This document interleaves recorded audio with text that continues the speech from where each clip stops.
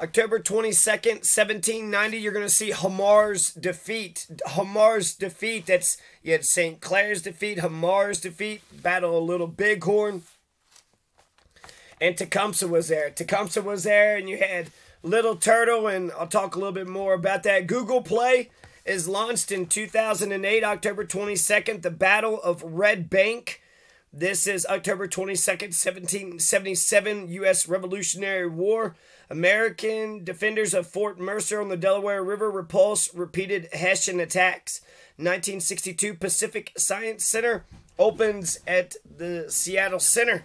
The Pacific Science Center, that sounds pretty cool. October 22nd, 1962. 2019, the U.S. drug company Biogen claims to have created the first drug to slow the advance of Alzheimer's disease called aducanumab. Aducanumab. 2001, Grand Theft Auto 3 is released, which popularized the genre of open-world action-adventure video games, as well as spurring controversy around violence in video games. 1797, Andre Jacques Garnerin makes the first recorded parachute jump from 1,000 meters, aka 3,200 feet above Paris. Andre Jacques Garnerin, 1797, October 22, first recorded parachute jump. Curly Howard, American comedian and vaudevillian. He died in 1952. He was born in 1903. So he didn't even reach 50 years of age. Curly Howard is part of the, Three Stooges. He was the funny one, the funniest one. He was the one that said, certainly, that's perfect, that's certainly. He was also the ones that encouraged the other ones to really give it to him, really hit him, so the people in the back can hear. And I guess Curly Howard thought that his pain is what people really loved. And then Curly Howard just got hit too many times, and he goes to the fucking hospital. And then they take his fucking earnings and shit.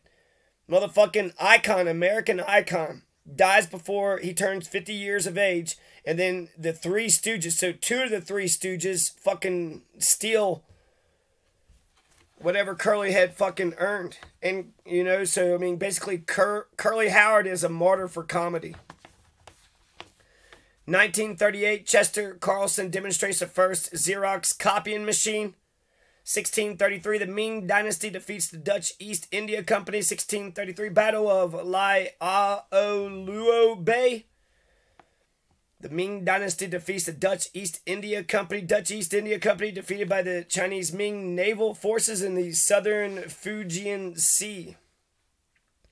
1975, the Soviet spacecraft Venera 9 soft lands on Venus, becomes the first lander to return images from the surface of another planet. Wow.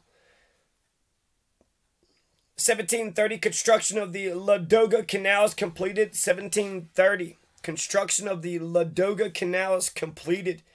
That's Russia. Was that Peter the First? 1943, World War II, in the second firestorm raid on Germany, the RAF conducts an air raid on the town of Kassel, killing 10,000 and rendering 150,000 homeless. Fucking Nazi motherfuckers, huh? So the Royal Air Force bombed Kassel, Kassel. 10,000 Germans are going to get killed. 150,000 Germans are going to be rendered homeless. Still no Mariupol.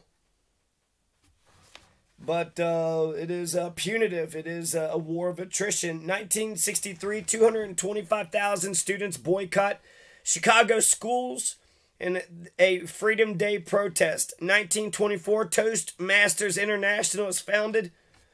1981, the U.S. Food and Drug Administration approved aspartame artificial sweetener for tabletop use following years of scrutiny. 1988, Elton John sells out Madison Square Garden for a record 26 times.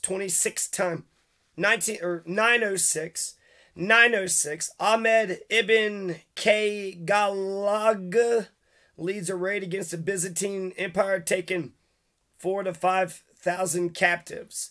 906 AD. Ahmad ibn K. Ghalagh. 1910, Dr. Crippen is convicted at the Old Bailey of poisoning his wife and was subsequently hanged at Pentonville Prison in London. Yeah, you murder somebody, you get killed. That's eye for an eye. That's, you poisoned your wife? Okay, well, we're going to hang you at the Pentonville Prison, okay? Convicted at the Old Bailey. Is that where Julian Assange is, at the Old Bailey? 1964, French philosopher and author Jean-Paul Sartre refuses the Nobel Prize. Oh, look at Jean-Paul Sartre. He's an existentialist, which is, you know, don't live for the past or the future, but live for the moment. It's all about the present. Just live for today. Hey, yeah. So Native American forces are going to defeat the United States. You have the Red Americans are going to defeat the White Americans. And the Hamar campaign, so as soon as America is established, right, 1787, 1789, the first thing the president does, George Washington, goes into Ohio and starts attacking these Miami and Shawnee and Lenape and Sauk and Ottawa and Paykin's village. They were going to go to Kikionga, which was one of the Miami towns. And so they were headed to, Fort Wayne, Indiana, the land of the Indians.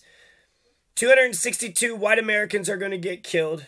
Of the 1,400, it was 1,400 versus 1,000, basically, if you just want to put the numbers up.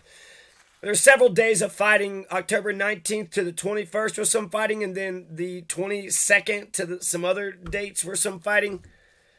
But overall, Little Turtle, and the Miami and the Shawnee and Tecumseh. I want to say Simon Girty was there too. Just basically anybody and everybody. When it came to the Native Americans, everybody came to Hamar's defeat. Everybody came to St. Clair's defeat.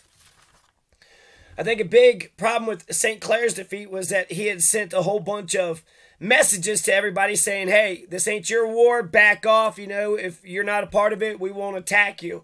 But essentially telling everybody back off, but letting them know that an attack is about to take place. And so they're like, well, shit, the son of a bitch thinks he's just going to come in and attack us. So the Sauk, S-A-U-K, Ottawa, O-D-A-W-A, Shawnee, Lenape, Miami. They go there to kill them all. Kikionga is blackberry bush. It's a Miami word, which means blackberry bush. I'm not sure what happened to Paykin. Paykin's village is Kikionga. But Little Turtle, Tecumseh, Native Americans, the Red Americans beat the shit out of the White Americans. And even though America has almost a near perfect record when it comes to the military campaigns, it's just interesting to think that internally, Native Americans with just their, you know, bow and arrows and tomahawks with their rudimentary technology up against you know, whatever modernity at the time was, they were able to fucking win. They were able to beat the fucking... And then America's got a, you know, pretty, 95% success rate. But there's some, you know, Lebanon, a whole bunch of fucking Marines got blown up in Lebanon. The War of 1812 is, at best you could say, is a tie, but status quo antebellum. You tried to take over Canada, you fucking failed. You killed Tecumseh, it was at the big fucking... So, at War of 1812 was a failure. Lebanon was a failure. I'm not for sure if you could say Korea. We tried to subdue Korea and Vietnam. Those were failures. And what's another major failure? I don't know. But there's like a handful. So it's not like, you know, America's perfect. But I think it's important to know...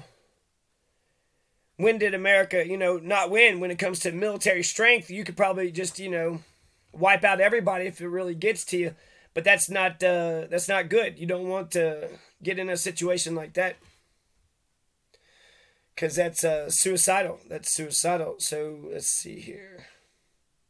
And that's October 22nd. I got a couple good cops here. Bass Reeves, Andy Griffith, Willis Russell, Serpico, Bass Reeves, Willis Russell, Andy Griffith, Abraham Lincoln, he freed the slaves. That was kind of a police action, one of the best police actions.